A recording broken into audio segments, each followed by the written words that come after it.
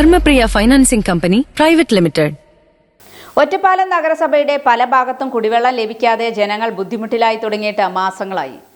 ഒറ്റപ്പാലം നഗരസഭയുടെ പല ഭാഗത്തും കുടിവെള്ളം ലഭിക്കാതെ ജനങ്ങൾ ബുദ്ധിമുട്ടിലായി തുടങ്ങിയിട്ട് മാസങ്ങളായി. നഗരസഭയുടെ മൂക്കിൻ തുമ്പിൽ കുടിവെള്ളം പാഴാവാൻ തുടങ്ങിയിട്ട് ഒരാഴ്ചയുമായി. ഇതുവരെയും പൊട്ടിയ പൈപ്പ് ശരിയാക്കിയില്ല എന്ന് മാത്രമല്ല, കുടിവെള്ളം പാഴായി പോകുന്നതിന് പരിഹാരം കണ്ടില്ല എന്നുള്ള പരാതിയും ഉയരുന്നുണ്ട്. ഇനി വരുന്ന കടുത്ത വേനലിൽ കുടിവെള്ള പ്രശ്നത്തിന് പരിഹാരം കണ്ടെത്തേണ്ട വാട്ടർ അതോറിറ്റി തന്നെ ഇത്തരത്തിൽ കുടിവെള്ളം പാഴാക്കുന്നതിനെതിരെ വലിയ പരാതികൾ ജനങ്ങളുടെ ഭാഗത്തു നിന്നും ഉയരുന്നുണ്ട്. 6 ദിവസമായി കൃഷിഭവൻ റോഡിൽ ഇത്തരത്തിൽ പൈപ്പ് ലൈനിൽ തകരാർ സംഭവിച്ച കുടിവെള്ളം പാഴാവാൻ തുടങ്ങിയിട്ട്